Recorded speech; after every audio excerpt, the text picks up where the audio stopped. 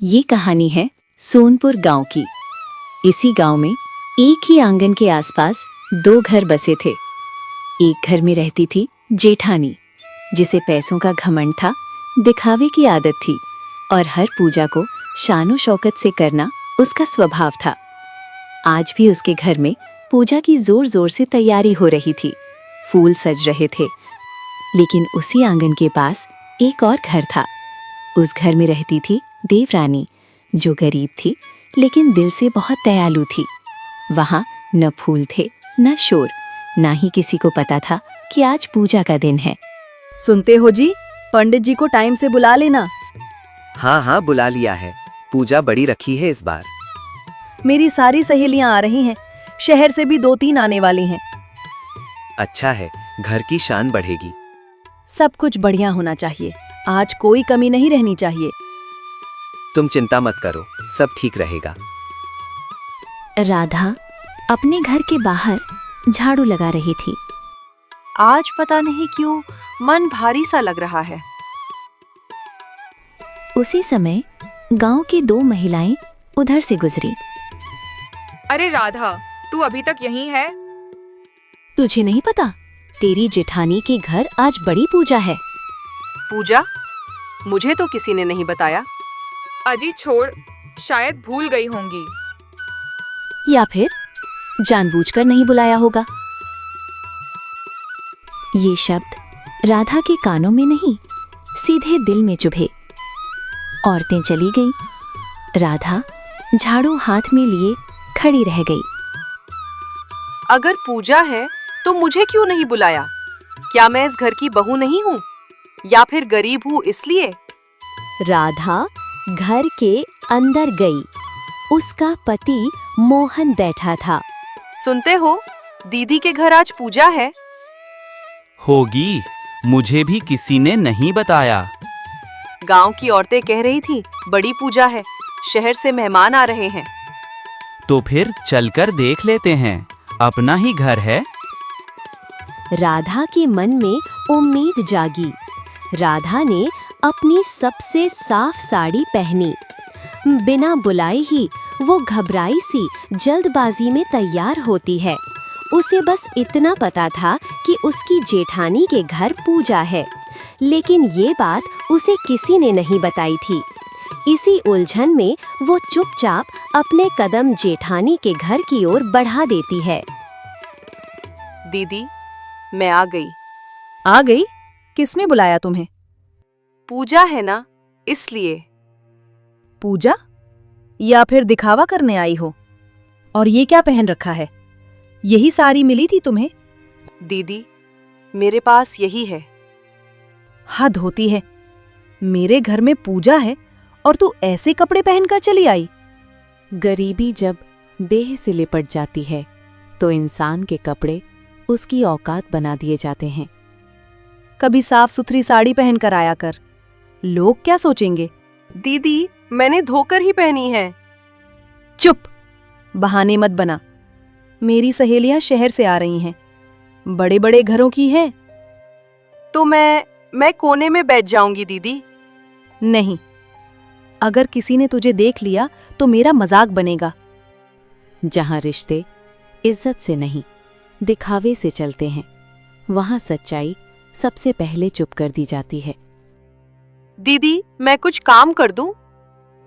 नहीं, यहीं बैठी रहना, बाहर निकलने की जरूरत नहीं है। पर दीदी, पूजा में सब। कहा ना चुप बैठ, तेरी जगह यही है। दरवाजा बंद। पूजा के दिन भगवान बाहर थे और इंसान अंदर बंद। क्या मैं सिर्फ इसलिए गलत हूँ क्योंकि गरीब हूँ? क्या साफ दिल से ज्यादा साफ साड़ी जरूरी होती है? धीरे धीरे पूजा का समय पास आ गया। कमला के घर शहर की रौनक उतर आई थी। एक के बाद एक गाड़ियां आकर रुकीं। सजी धजी महिलाएं भारी साड़ियों में हंसती बोलती घर के अंदर जाने लगी। अरे कमला, तेरा घर तो बिल्कुल शहर जैसा लग रहा है। बस थोड़ा बहुत सजा लिया। कमला के चेहरे पर घमंड साफ झलक रहा था। हवन कुंड सजा था, पंडित मंत्र पढ़ रहे थे। कमला अपने पति के साथ हवन के पास बैठी थी। सहेलियां भी आसपास बैठकर पूजा देख रही थी। मंत्रों की आवाज के बीच किसी को याद नहीं था कि उसी घर में एक और औरत भी है। पूजा खत्म होने के बाद सहेलियां इधर उधर देखने लगी। तभी एक सहेली की नजर अंदर के कमरे की तरफ गई। अरे कमला, ये कौन है? तेरे घर में नौकरानी भी रहती है क्या? हाँ, नौकरानी ही है। कमला ने एक पल को भी नहीं सोचा। ये शब्द किसी चाकू की तरह दिल में उतर गए। मैं इस घर की बहू हूँ। सहेलियां आपस में हंसने लगीं। अच्छा, तो काम भी यहीं करती होगी। देवरानी कुछ नहीं बोली। आंसू खुद ब खुद आंखों से बह निकले। वो धीरे धीरे घर से निकल आई, बिना किसी को बताए सीधे अपने घर। कभी कभी सबसे बड़ा अपमान चुपचाप सहा जाता है। घर पहुंचते ही वो फूट फूट कर रो पड़ी। क्या हुआ? इतनी परेशान क्यों हो? आज उन्होंने सबके सामने नौकरानी कह दिया। क्या? ऐसा नहीं करना चाहिए था उन्हें। पूरी पूजा के बाद जब उनकी सहेलियां वहां थीं, तभी सबके सामने मेरा मजाक उड़ाया गया। अब तुम वहां कभी मत जाना। जहां इज्जत नहीं, वहां रिश्ता भी नहीं। पति के शब्द थोड़ी राहत दे रहे थे। थोड़ी देर बाद वो शांत हुई। तुम जानते हो आज उन्होंने ऐसा क्यों किया? क्यों? क्योंकि वो बड़े लोग हैं, उनके पास पैसा है और हमारे पास कुछ भी नहीं। हम गरीब हैं, हमारे पास न बड़े कपड़े हैं न दिखाने लायक गहने। तुम जितनी कमाई करते हो उससे बस घर चल जाता है, उससे ज्यादा हो ही नहीं पाता। इसीलिए तो लोग हमें हल्के में लेते हैं। अगर हमारे पास भी पैसा होता तो कोई हमें नौकरानी कहने की हिम्मत नहीं करता। अगर हम भी पैसे वाले होते तो आज मुझे सबके सामने अपमान सहना नहीं पड़ता। उसके शब्दों में दर्द भी था और सच्चाई भी। पैसा हो या ना हो, इज्जत तो इंसान से मिलती है। पर हाँ, दुनिया में पैसे वालों की ही चलती है। इसीलिए अब बदलना होगा। मैं बहुत दिनों से सोच रही हूँ कि घर बैठे YouTube पर वीडियो बनाऊं। शुरुआत मुश्किल होगी, पर कोशिश तो करनी चाहिए। YouTube, अगर तुम्हारा मन है तो कर सकती हो। मैं तुम्हारे साथ हूँ। अपमान ने उसे तोड़ा नहीं, बल्कि एक नया रास्ता दिखा दिया।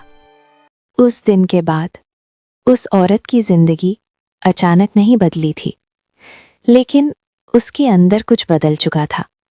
अब वो सिर्फ किसी की देवरानी नहीं थी, किसी की बेइज्जती सहने वाली औरत नहीं थी। अब उसके मन में एक सवाल बार बार उठ रहा था, क्या मैं भी कुछ कर सकती हूँ? गांव की सुबह किसी अलार्म से नहीं, जिम्मेदारी से शुरू होती है। अंधेरा होते ही वो उठ जाती थी। सबसे पहले घर संभालना है, बच्चों का ध्यान रखना है, फिर कुछ और सोचना है। वो चुपचाप हाथ में झाड़ू लेती, आंगन साफ करती, फिर चूल्हे के सामने बैठ जाती। लेकिन काम करते हुए भी उसका मन पूरी तरह काम में नहीं था। बार बार उसकी नजर एक तरफ रखे मोबाइल पर चली जाती। लो, जल्दी जल्दी खाना खा लो। स्कूल देर से पहुंचे तो मास्टर जी फिर डांटेंगे। दोपहर का वक्त था, घर थोड़ा शांत था, बच्चे स्कूल में थे। पता नहीं ये सब करना ठीक है या नहीं। गांव की औरत हूं, ना पढ़ी लिखी ज्यादा, पर दिल कहता है एक बार कोशिश तो करनी चाहिए। उसने धीरे से मोबाइल उठाया। नमस्ते, मैं एक साधारण गांव की गृहिणी हूं। मैं अपने रोजमर्रा के काम, खाना बनाना और गांव की जिंदगी आप लोगों के साथ बांटना चाहती हूं। वीडियो बन गया। उसने हाथ कांपते हुए अपलोड का बटन दबाया। अब इंतजार शुरू हुआ। देखूं, किसी ने देखा भी या नहीं। सिर्फ 5 लोग। न व्यूज तेजी से बढ़े, न कोई कमेंट आया। कोई बात नहीं, शुरुआत में इतने ही होते हैं। शायद लोगों को पसंद नहीं आया।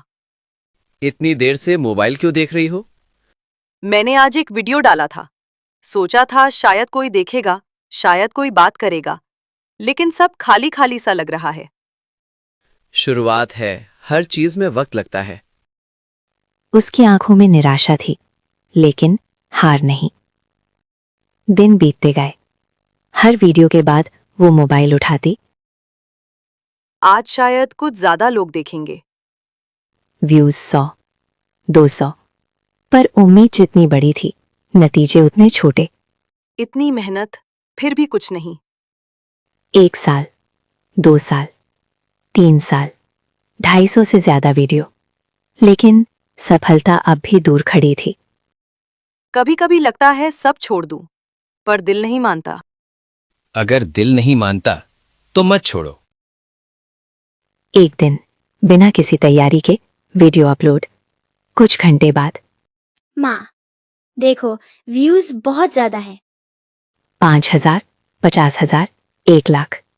3 साल की खामोश मेहनत एक दिन में आवाज बन गई।